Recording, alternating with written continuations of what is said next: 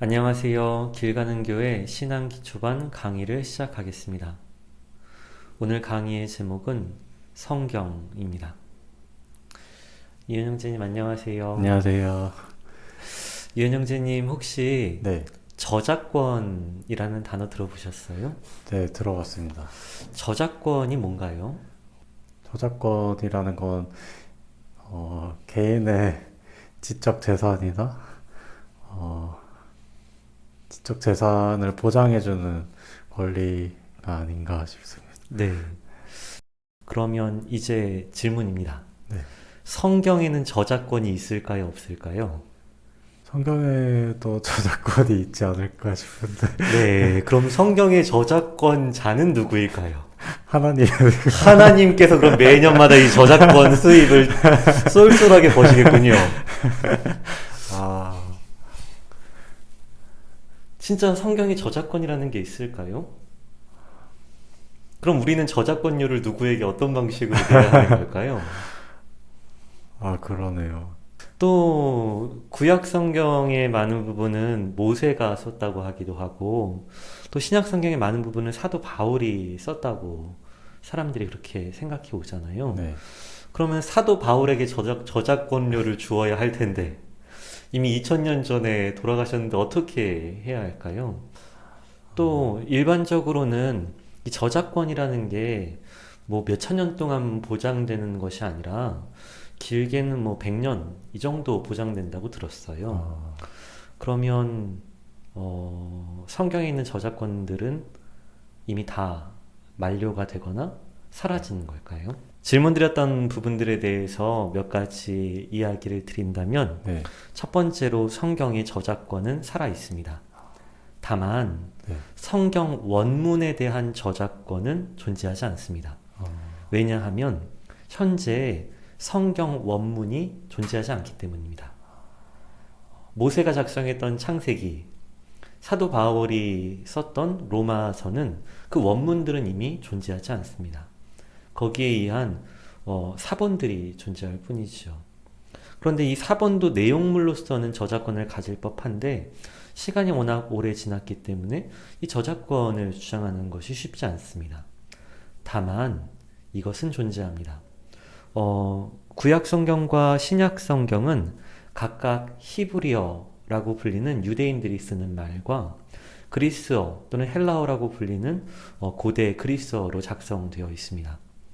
그런데 우리가 지금 읽고 있는 언어는 히브리어나 아람어 또는 그리스어가 아니라 한국말로 된 성경을 읽고 있죠. 네. 그래서 이 그리스어나 히브리어를 한국말로 번역할 때 그 번역한 사람들에게 저작권이 주어집니다. 그래서 우리나라에서 대한성서 공회라는 어떤 단체에서 성경을 번역하고 그 번역에 대한 저작권을 가지고 있어서 우리는 이 성경을 사용할 때 그 저작권자인 대한성서 공회의 승인을 받아야 사용할 수 있게 되어 있습니다. 그리고 저작권료도 그 대한성서 공회에 내게 되어 있지요.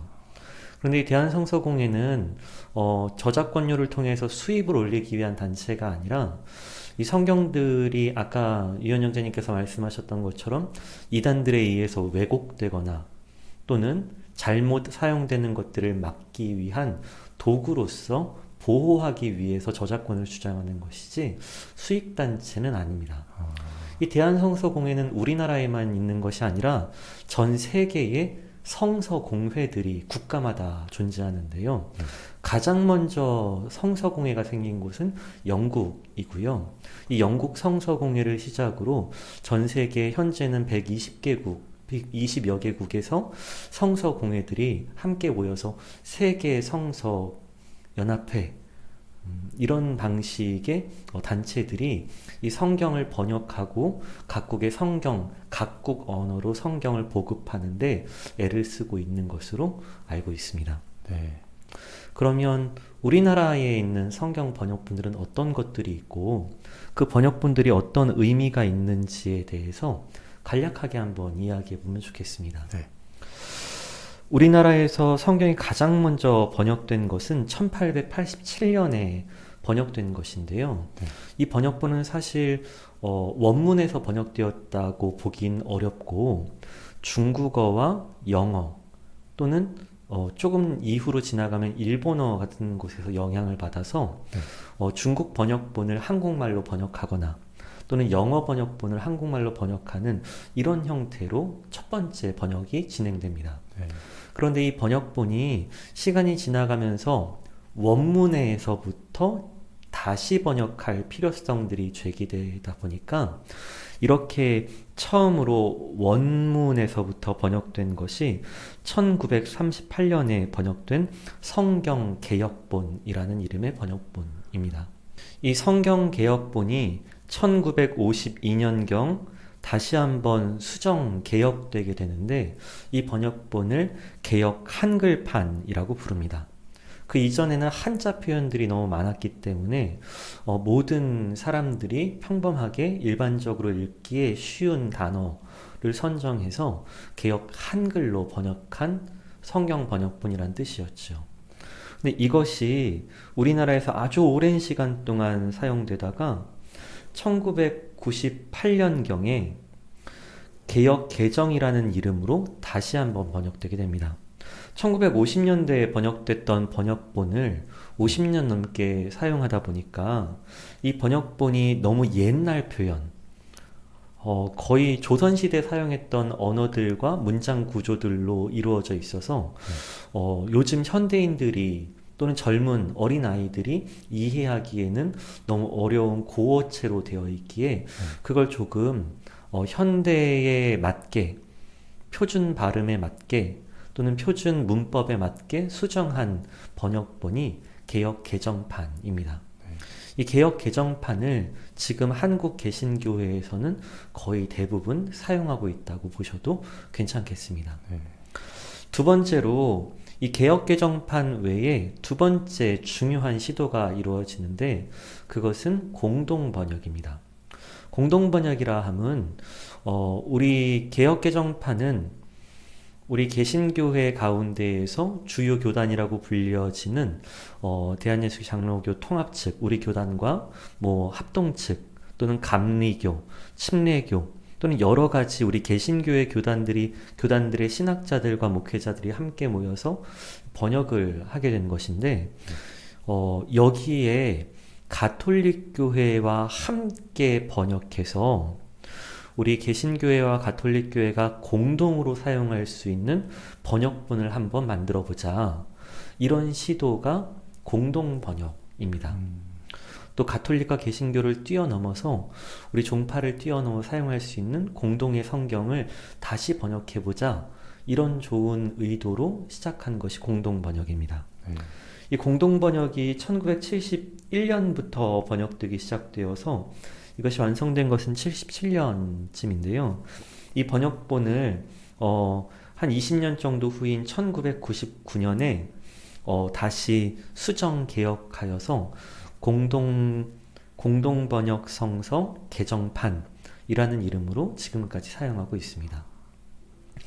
세 번째로는 이 공동 번역과는 전혀 다른 별개로 우리 개신교회 자체 안에서 이 개역 개정판을 사용하는 것이 너무 오래되었기 때문에 젊은이들이 쉽게 성경을 이해할 수 있도록 쉬운 표현으로 다시 새롭게 번역해보자.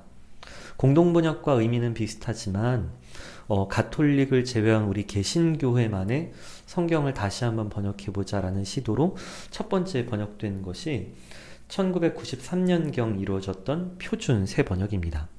그래서 우리 교회에도 이런 성경들이 비치되어 있는데 어떤 것들은 새 번역이라고 되어 있고 어떤 것들은 지금 이렇게 표준 새 번역 이렇게 되어 있기도 하지요. 그럼 이 표준 새 번역이 먼저 시작된 새로운 말 현대식 표현의 성경 번역본이라면 이 표준 새 번역을 개정해서 새롭게 개정한 판이 새 번역입니다. 이 새 번역이 지금 현재 우리 길 가는 교회에서 사용하고 있는 번역본입니다.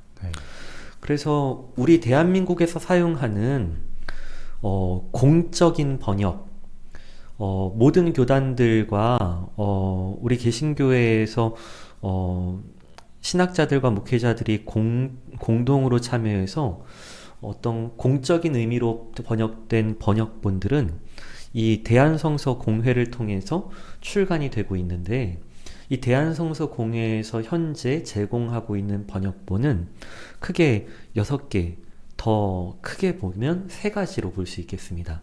그래서 이 3가지 종류의 번역본이 대한성서 공회라고 불려지는 우리나라 공적 성경 번역 기관에서 번역해서 제공하는 성경 번역본이라고 보시면 되겠고요.